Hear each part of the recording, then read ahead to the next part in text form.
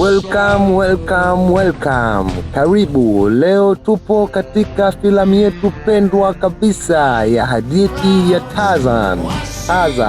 Karibu. Hadithi inaanza mwanzo kabisa pale meli ya wanandoa kutoka jijini Uingereza yapata ajali kwenye pwani kubwa sana katika bara la Afrika. Wakiwa na mtoto wao mchanga kabisa, wanafanikiwa kuishi na kujenga nyumba yao juu ya mti mkubwa. Hata hivyo, siku moja chui mkali sana aitwaye Sabaro anavamia kwenye nyumba hiyo na kuwaua mtu na mkewe, yani baba na mama yake, na kumwacha mtoto akiwa peke yake kabisa. Wakati huo tunamuona sokwe jike aitwaye Kala, naye alikuwa amepoteza mtoto wake wa kike baada ya kuuliwa na yule chui mwenye hasira kali sana aitwaye Sabora. Anaposikia kilio cha mtoto wa binadamu, anakimbilia kwenda kumwokoa kabla hajaliwa na chui huyo. Kala anamchukua mtoto huyo wa binadamu, huyo anampeleka katika kundi la masokwe wenzake huko na anza naye maisha. Kiongozi wa kundi hilo la masokwe apendi kabisa ya kusema kwamba eti wamlee pamoja na binadamu, kwa sababu wanaamini kuwa binadamu ni viumbe hatari kabisa katika dunia. Lakini Kala anasisitiza kwamba huyu ni mtoto kabisa na hana makosa yoyote na hana shida yoyote. Na pia bila kuchelewa, hapo ndipo anapopewa jina la Tarzan na kumleta katika wanawe, yani anakuwa katika familia ya masokwe pamoja anaunganishwa na kuishi maisha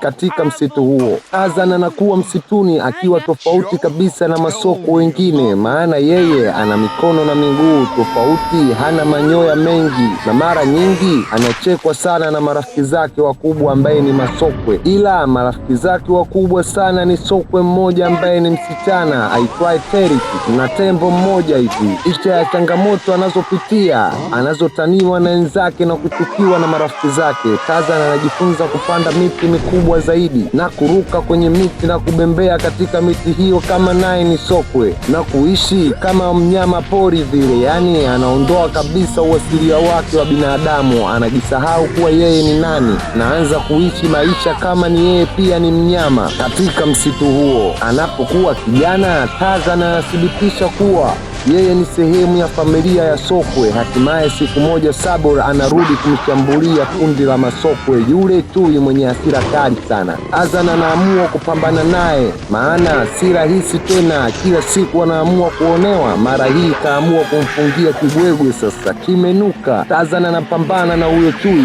uso kwa uso, yani face to face, bila ya uoga wowote, mpaka mwisho wa siku anafanikiwa kumshinda na mwishowe anamuua kabisa. Tendo hicho inamfanya yule mkuu wa masokwe aanze kumheshimu, maana pale mwanzo alikuwa anamuona kama ni mtu ambaye anaweza kaleta matatizo kabisa, kama tulivyokuwa tukiona pale mwanzo, ingawa hamkubali kikamilifu kabisa kama watoto wake mwenyewe ama kama ile familia yake ya masokwe, bado ubinafsi upo. Baada ya muda na masiku kupita, msafara wa watu kutoka Uingereza unawasili msituni wao. Kama kawaida yao, watu hao ni profesa mmoja aitwaye Prota na binti yake aitwaye Janet Prota na mwindaji mmoja ambaye ana hasira nyingi aitwaye Clayton, ambaye kwa siri kabisa alikopo moyoni ana mpango mkubwa sana ya kuuza masokwe wote, yani anataka kuwakamata wale masokwe ili aende kuwauza apate fedha. Yule mtoto wa profesa aitwaye Janet anapotengana na wenzake kwa muda mfupi, anakutana na nyani mkali sana, wanamfukuza Tarzan, anamuokoa kwa ustadi mkubwa sana. Huo ndio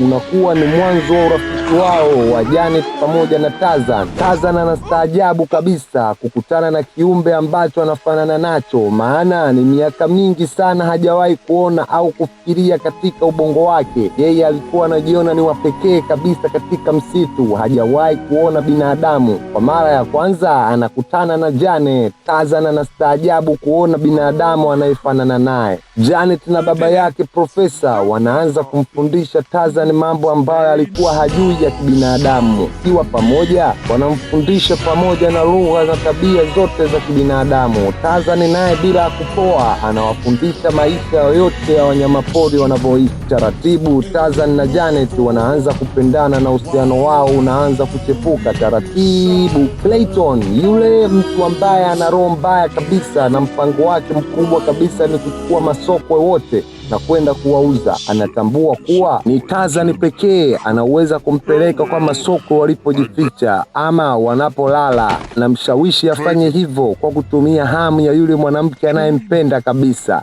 yaani Janet, ili kumfurahisha nafsi yake. Ingawa yule mkuu wa masokwe amekataza kabisa kupeleka wageni katika kundi la masokwe kama alivyopelekwa Tarzan alivyokasirika mwanzo, lakini Tarzan anakubali kumpeleka Janet pamoja na baba yake pamoja na Clayton yule mharamia. Wanafurahi kabisa kuwaona masokwe, lakini Clayton kwa siri anaona mahali ambapo wanajificha masokwe hao. Kiongozi wa masokwe anapogundua kuwa Tarzan amevunja amri yake, anakasirika sana na kumfukuza. Tarzan anaumia sana moyo wake. Kala anampeleka Tarzan kwenye nyumba ya zamani kabisa ya wazazi wake Tarzan, ambapo alipokuwa mdogo aliokolewa na huyo nyani, na kumwelekeza ukweli kwamba yeye ni binadamu aliyepoteza wazazi wake akiwa mtoto. Tarzan anavaa nguo kama baba yake kwa mara ya kwanza kabisa na kwenda kumwokoa Janet kwenda Uingereza ili ajue maisha ya watu wake. Lakini kabla hajaondoka, Clayton na watu wake wawasili katika msitu na kumkamata Tarzan, Jenny pamoja na Profesa na kuwafunga kabisa. Kisha wanaenda kuwakamata wasokwe wote ili kuwauza kwa ajili ya biashara. Baada ya kufungwa,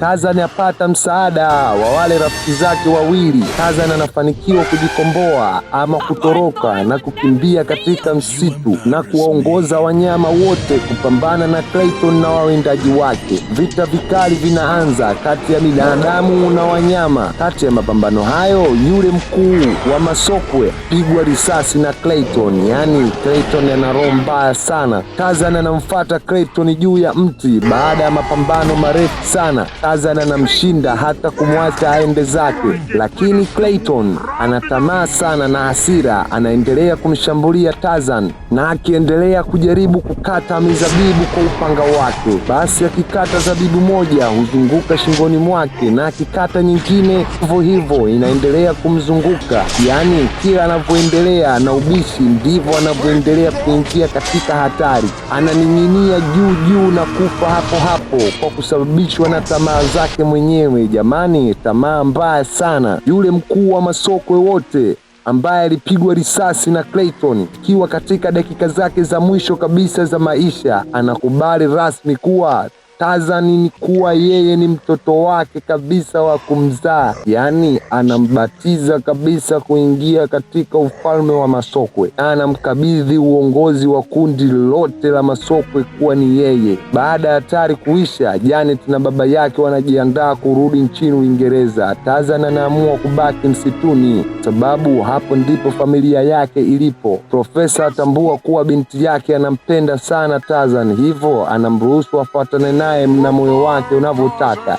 Yaani kama anataka kubaki msituni na Tarzan aendelee, yeye hana neno. Profesa bwana hana baya. Janet anaruka kutoka kwenye boti ambayo tayari walikuwa wakianza safari na kurudi kwa Tarzan. Baba yake naye anarudi kuishi katika msitu huo huo. Filamu yetu inaisha huku ukioneshwa Tarzan ni kiongozi mpya wa masokwe akiwa na Janet pembeni na kuanza maisha wote katika msitu huo, maisha yao mapya kabisa, familia moja kati ya binadamu na wanyama, alafu ni katikati ya msitu. Tarzan. Filamu inatuonesha kuwa familia si lazima iwe damu yako ambayo umezaliwa nayo mwenyewe. Upendo, uaminifu, kujitolea na wenzako inaweza kukufanya upate mahali panapostahili kuitwa nyumbani. Karibu, usisahau kusubscribe, kulike na kucomment ili kuwa wa kwanza kupata video zetu na kuwa mwana familia wa DJ Mswahili. Karibu, asante, shukran. Umefika kwa DJ Mswahili, utapata movie kali zilizotafsiriwa Kiswahili, za kuchekesha, za kutisha, action kali, bila kusahau animation za watoto. Usisahau kusubscribe, kulike na kucomment.